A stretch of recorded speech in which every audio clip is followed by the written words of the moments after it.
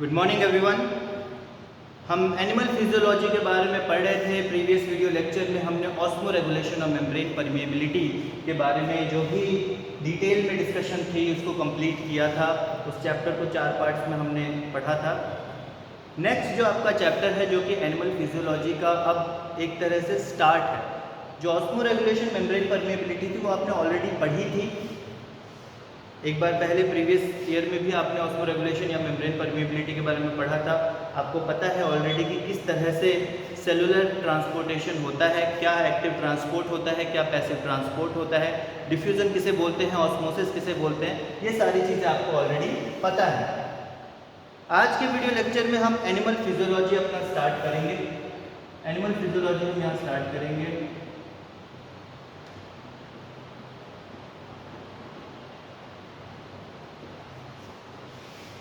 Animal physiology में आपका जो चैप्टर है वो है डाइजेशन। डाइजेशन के बारे में पढ़ना है।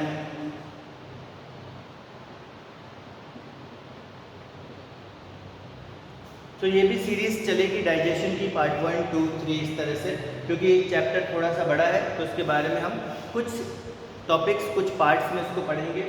शायद 4 से 5 वीडियोस लगेंगे डाइजेशन कंप्लीट होने में। अब डाइजेशन के बारे में एक बेसिक अंडरस्टैंडिंग आप सभी के पास है कि डाइजेशन होता क्या है। हम जो खाना खाते हैं क्या उससे एनर्जी हमें मिलती है? सिर्फ खाने से हमें एनर्जी मिल जाती है? नहीं। हम जब भी खाना खाते हैं सिर्फ उसको खाना, उससे एनर्जी नहीं मिलती। खाना खाने से सिर्फ हमारा पेट भर सकता है बट हमें एनर्जी नहीं मिल सकती। एनर्जी किससे मिलती है?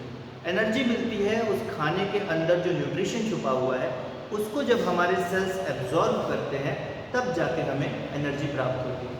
अब हमने रोटी खाया, हमने चावल खाया, हमने दाल खाई, ये सारी चीज़ें ली।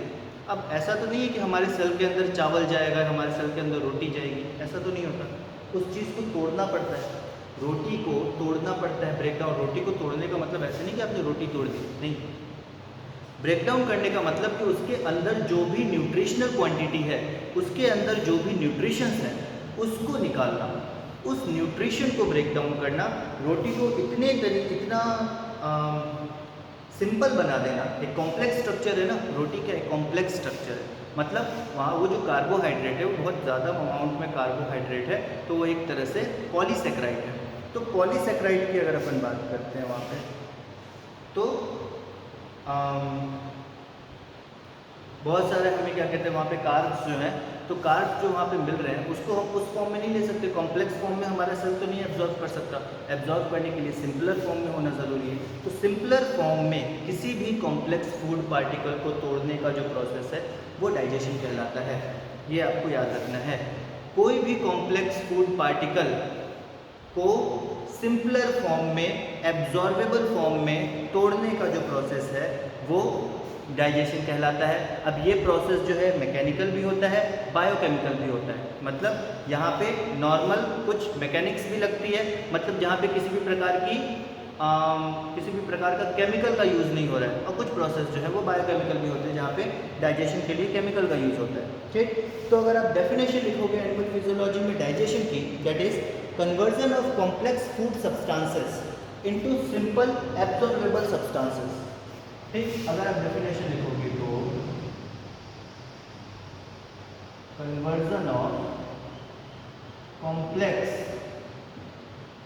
फूड सब्सटेंसेस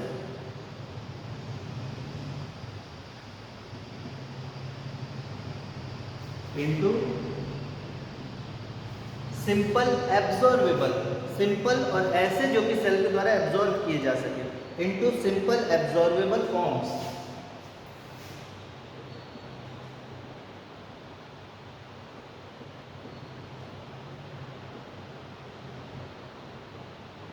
और ये होता कैसे? कुछ मैकेनिकल प्रोसेसेस होते हैं, कुछ बायोकेमिकल प्रोसेस होते हैं, through mechanical and biochemical methods.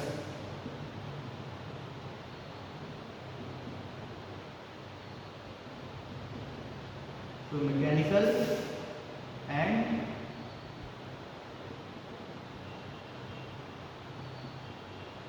Biochemical processes और बायोकेमिकल मेथड्स। तो एक सिंपल डेफिनेशन हुई डाइजेशन की।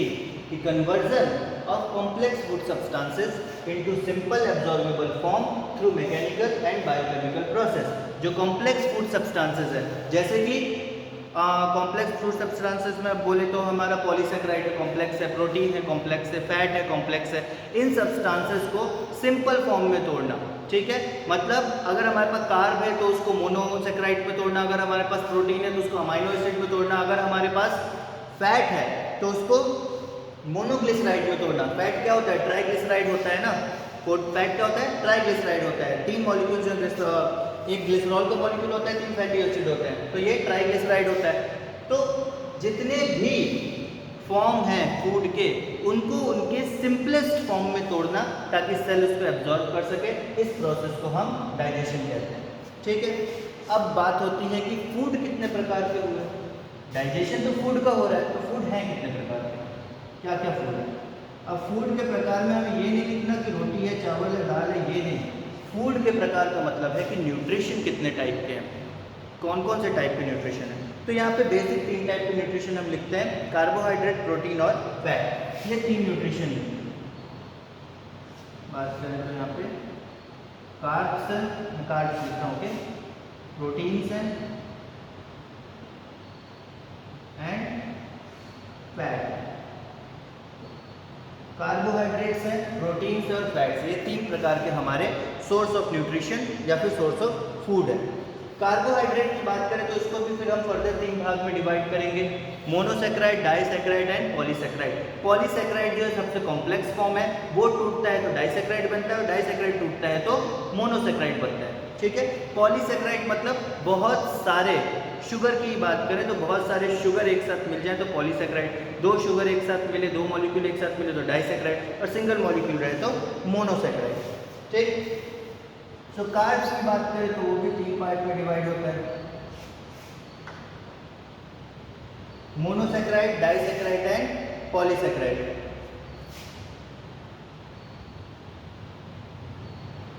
मोनोसेकेराइड, डाई एंड पॉली, ठीक। मोनोसेकेराइड, डाइसेकेराइड और पॉलीसेकेराइड, ये 3 भाग में जो कार्बोहाइड्रेट है वो ब्रेक डाउन होता है, या 3 भाग में पाया जाता है। अगर पॉलीसेकेराइड की बात करें तो एक एग्जांपल आता है उसका स्टार्च। पॉलीसेकेराइड जो सबसे कॉम्प्लेक्स फॉर्म है उसका एग्जांपल आता है स्टार्च। डाइसेकेराइड की बात करें तो इसके एग्जांपल में आप लिख सकते हो सुक्रोज, लैक्टोज या माल्टोज। डाइसेकेराइड के एग्जांपल में आप लिख सकते हो सुक्रोज, लैक्टोज, माल्टोज, ये सब जो है वो डाइसेकेराइड के एग्जांपल्स हैं। और मोनोसेकेराइड की बात करें तो ग्लूकोज है, फ्रुक्टोज है, गैलेक्टोज है, ये मोनोसेकेराइड के एग्जांपल्स हैं। ग्लूकोज, फ्रक्टोज एंड उसके बाद है गैलेक्टोज।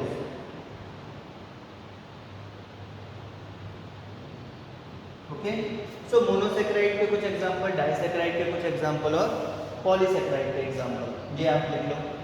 तो हमारा जो फूड है वो कॉम्प्लेक्स फॉर्म में हमारे पास आता है, फिर उससे सिंपल फॉर्म में टूटता है, फिर सबसे सिंपल फॉर्म में टूटता है, तब जाके हमारा सेल जो है उसको एब्जॉर्ब कर पाता है। अगर डाइसेकेराइड या पॉलीसेकेराइड होगा हमारा सेल उसको एब्जॉर्ब नहीं कर पाएगा, उसकी कैपेसिटी नहीं है। प्रोटीन्स की बात करें हम, प्रोटीन्स क्या होते हैं? प्रोटीन्स होते हैं लॉन्ग पेप्टाइड चेन, जिनको हम पॉलीपेप्टाइड चेन बोलते हैं, ठीक है। लॉन्ग पेप्टाइड चेन इस तरह से यहाँ पे 1, 2 ऐसे करके बहुत सारे पेप्टाइड्स जो होंगे वो जुड़े हुए रहेंगे, तो एक पॉलीपेप्टाइड बन गया। बहुत सारे अमाइनो एसिड एक दूसरे से जुड़ के प्रोटीन बनाते हैं ना, तो एक लंबी चेन है। अब ये लंबी चेन जो है ये तो कॉम्प्लेक्स मॉलिक्यूल हो गया, ये प्रोटीन हो गया, कॉम्प्लेक्स है, इसको सिंपलेस्ट फॉर्म में तोड़ना होता है। तो इसको जब हम तोड़ते हैं तो ये टूट के बनता है अमाइनो एसिड, ये टूट के बनता है अमाइनो एसिड। फिर बात करें तो सबसे पहले प्रोटीन को ब्रेक डाउन करना पड़ता है छोटे छोटे सीक्वेंसेस में, जिनको पेप्टाइड बोलते हैं, देन उनको ब्रेक डाउन करना पड़ता है अमाइनो एसिड में। So first protein has to be break down into small particles like peptides, and then finally there has been break down into amino acid. Okay, third बात आती है lipids की या fats. Lipids की बात करते हैं। लिपिड्स में फैट नहीं आएगा, lipids.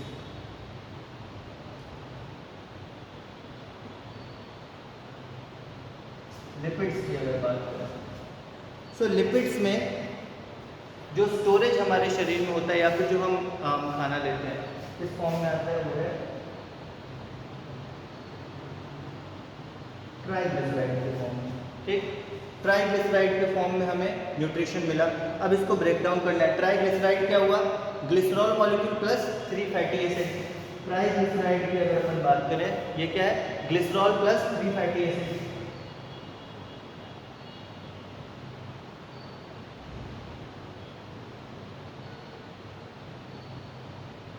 Glycerol plus 3 fatty acid. Okay, ये है ट्राइग्लिसराइड। इसको ब्रेक डाउन करते हैं हम डाइग्लिसराइड में, मतलब एक फैटी एसिड निकल जाता है।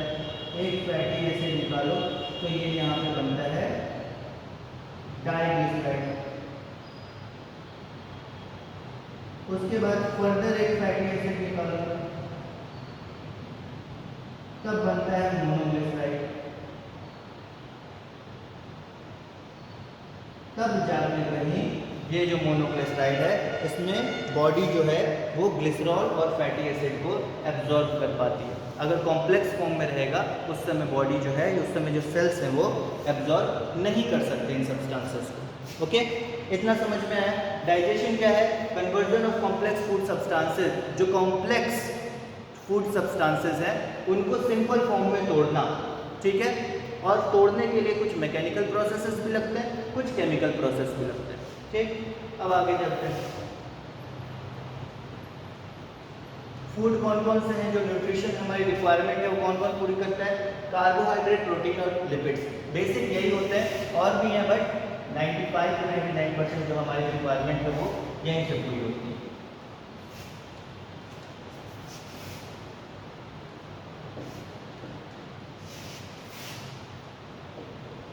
अब आगे अगर डाइजेस्टिव ऑर्गन्स या डाइजेस्टिव पार्ट्स की हम बात करें, डाइजेस्टिव पार्ट्स की अगर हम बात करें तो हमारे डाइजेस्टिव सिस्टम जो है वो स्टार्ट होता है हमारे माउथ से। ठीक है, खाना खाएंगे तभी तो होगा कुछ।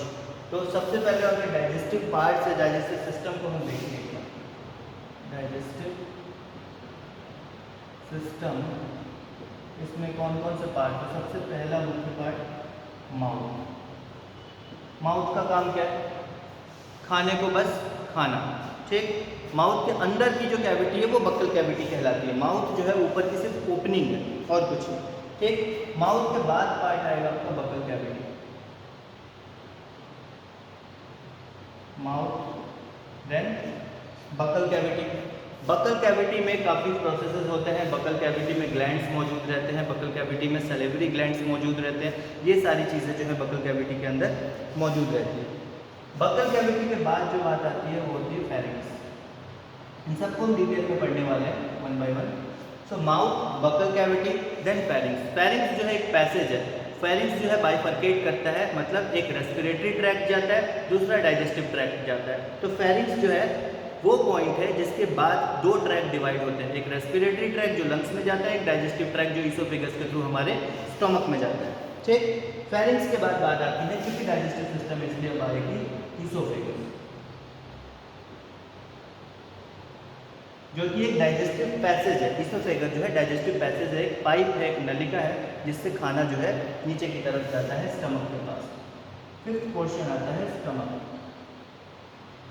स्टमक जो होता है उसके अलग अलग भाग होते हैं। एक स्टमक जो होता है उसको अलग अलग डिफरेंट पार्ट्स में डिवाइड किया गया है। इसको हम डिटेल में पढ़ेंगे जब स्टमक को पढ़ेंगे।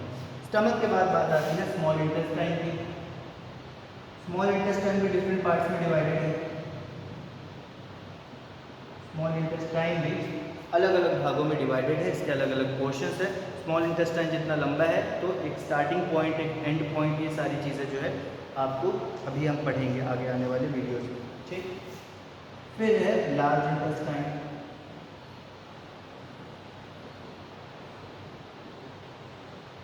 लार्ज इंटेस्टाइन के भी डिफरेंट पार्ट्स आपको मिलेंगे। लार्ज इंटेस्टाइन के बाद रेक्टम, एंड रेक्टम के बाद anus. Rectum and finally part है एनस। कई जगह सीकम जो है वो अलग से दिया रहता है, जबकि ऐसा नहीं होता, ठीक है। सीकम को अलग से देने की ज़रूरत नहीं, ठीक। और मतलब जब हम लार्ज इंटेस्टाइन पढ़ेंगे, रेक्टम भी उसके पार्ट में पढ़ेंगे, जब सीकम पढ़ेंगे, असेंडिंग कोलन पढ़ेंगे, डिसेंडिंग कोलन पढ़ेंगे, ट्रांसवर्स कोलन पढ़ेंगे, ये सारी चीज़ें पढ़ेंगे, ठीक है। तो mouth, buccal cavity, pharynx, oesophagus, stomach, small intestine, large intestine, rectum, anus, ये पार्ट्स होते हैं टोटल आपके डाइजेस्टिव ट्रैक्ट के, एलिमेंट्री कैनाल के। सो ये एलिमेंट्री कैनाल के आपके पूरे पार्ट्स हैं। इन सारे पार्ट्स से मिलके हमारा जो डाइजेस्टिव सिस्टम है वो कंप्लीट होता है, हमारा एलिमेंट्री कैनाल जो है वो कंप्लीट होता है। इसको वन बाय वन हमें डिटेल में पढ़ना है, वो हम आगे आने वाले वीडियो लेक्चर्स में एक एक जो ऑर्गन है, एक एक जो पार्ट है उसके बारे में डिस्कस करेंगे। सो तब तक के लिए आप आगे वाला वीडियो लेक्चर्स हमारे कंटिन्यूसली देखते रहिए। कल के वीडियो लेक्चर में हम mouth, buccal cavity, pharynx, oesophagus, इनमें क्या क्या फंक्शन होते हैं, किस प्रकार से फूड डाइजेस्ट होता है, उसके बारे में हम पढ़ना स्टार्ट करेंगे। ओके, सो तब तक के लिए आप आगे के वीडियो, हमारे जो प्रीवियस वीडियो हैं उसको देखिए, उनके नोट्स बनाइए और उसको कंटिन्यूसली स्टडी करते रहिए। Thank you very much.